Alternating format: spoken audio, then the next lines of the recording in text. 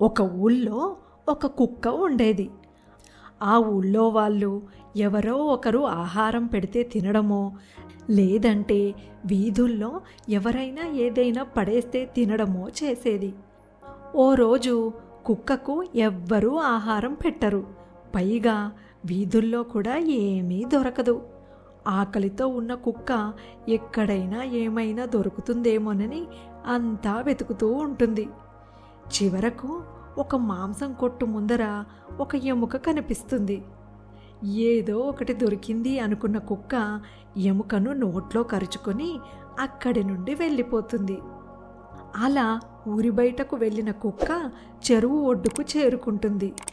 చెరువుకు అవతలి పక్కకు వెళ్ళి ఎముక తిందామని అనుకుంటుంది.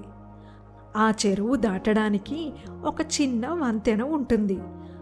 ఆ వంతెన మీదుగా నడుచుకుంటూ వెళ్తున్న కుక్క నీళ్ళల్లోకి తొంగి చూస్తుంది.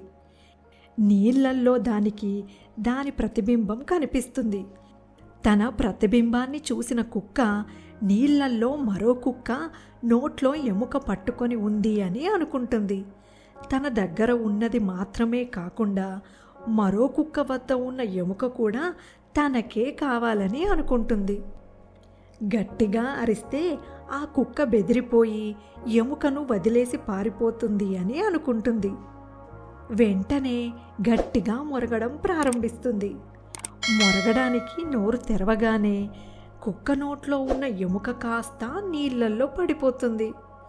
అప్పుడు కానీ కుక్కకు నీళ్ళల్లో మరో కుక్క లేదు, అది తన ప్రతిబింబమే అని అర్థమవుతుంది.